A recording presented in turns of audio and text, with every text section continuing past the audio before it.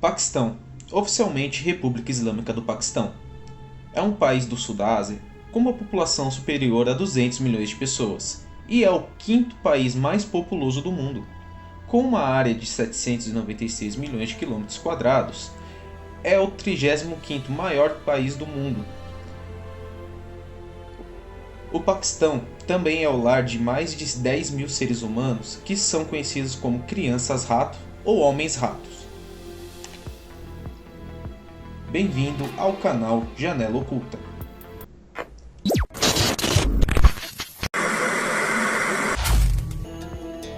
Paquistão é uma área distante dos grandes centros urbanos mundiais. É um lugar perdido entre montanhas intransponíveis, cavernas misteriosas e no meio de uma região sem mistério, quase totalmente desolada pela guerra religiosa fanática. O Paquistão se localiza no meio de uma região de interesses multiplamente antagônicos. Sendo um país do subcontinente indiano, ele faz fronteira com a Índia, China, Irã e o Mar Arábico. Este lugar cheio de deuses, crenças e conflitos é também o berço de mazelas humanas, que escondem um dos seus mais bizarros segredos: os homens-ratos.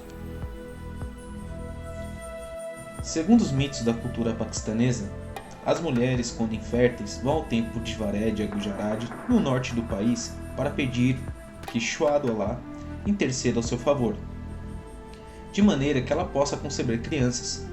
Então o Deus concede o desejo, mas tudo tem um preço. Abençoa a mulher estéril com a fertilidade a partir de um processo no qual ela irá gestar um bebê primogênito deficiente que deve ser entregue ao santuário de Shua-Do-Allah em Gujarat e deixada aos cuidados dos sacerdotes.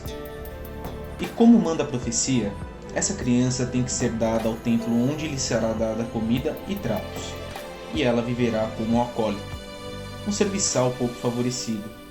Se a mulher aceita o trato e concebe filhos, porém se recusa a cumprir o seu lado do acordo, a ira do Deus recairá sobre sua família e ela. Com uma poderosa maldição, então todos os seus filhos nascerão Shuas. Obviamente, os homens-ratos, como são chamados, não são de forma alguma cruzamentos genéticos mutantes de pessoas com animais, mas uma interpretação rudimentar e culturalmente deformada de uma doença genética rara, chamada microcefalia. Uma malformação congênita em que a cabeça do recém-nascido é menor comparada à de bebês do mesmo sexo e idade. Os portadores dessa síndrome quase sempre acabam sendo levados para Gujarat, um lugar horrível, que tem como principal característica o maior exportador de ventiladores do Paquistão, o templo de Shua-Do-Allah, um lugar que há séculos é um depósito para crianças com esta rara doença.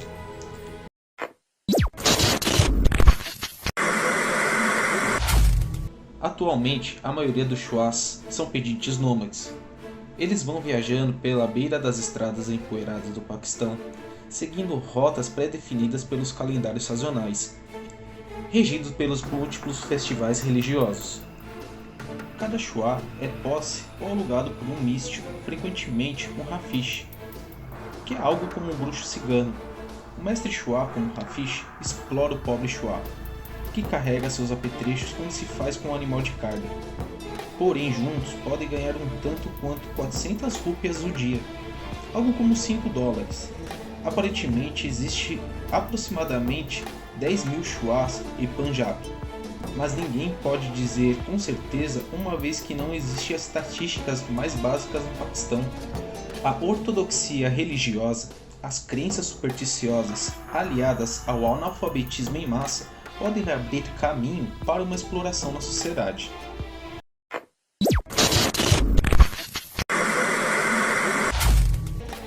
Como dito anteriormente, as mulheres vêm ao templo de Shua-Do-Allah em busca da fertilidade em troca do primogênito, que segundo a mitologia paquistanesa nascerá um Shua. Porém, não são todas as crianças que chegam ao templo com microcefalia, então é realizado um procedimento extremamente desumano.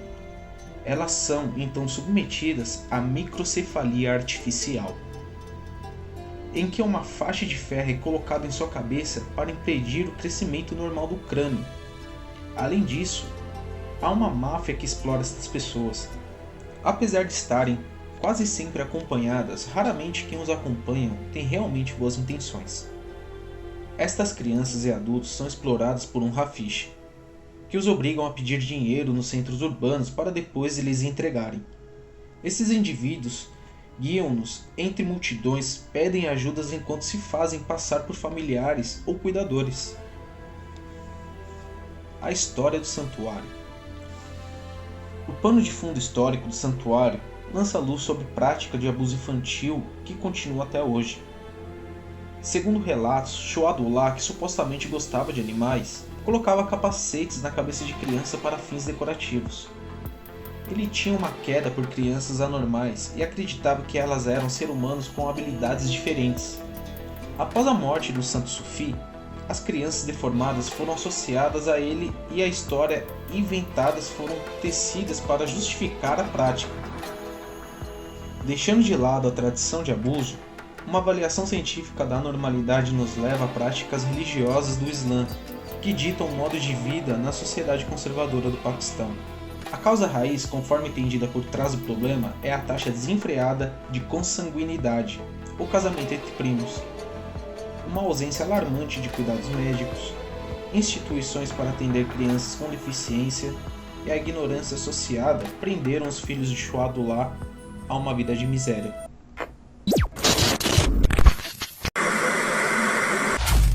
De acordo com a sanção 328 do Código Penal do Paquistão, abandonar uma criança menor de 12 anos pelos pais é crime. No santuário de Shoadullah, o primeiro filho de tais devotos é abandonado no primeiro ou no segundo dia de nascimento. Além disso, a sanção 332 e 335 pune a desconfiguração de órgãos funcionais do indivíduo, mas o negócio da microcefalia continua inabalável, sob o pretexto de tornar férteis mulheres inférteis. Além disso, forçar crianças a mendigar é punível com o máximo de 5 anos de prisão e multa. Embora o Paquistão seja um país membro das Nações Unidas, responsável sob as sanções 23 e 37 da Convenção das Nações Unidas sobre Direitos Humanos das Crianças em 1990, para impedir que o abuso infantil continue inabalável sob o manto da tradição, pouco ou nenhum esforço foram feitos a respeito. A falta de consciência do público em relação ao abuso dos direitos humanos e a cumplicidade de órgãos governamentais e o Conselho de Ideologia Islâmica precisam ser responsabilizados por tais abusos.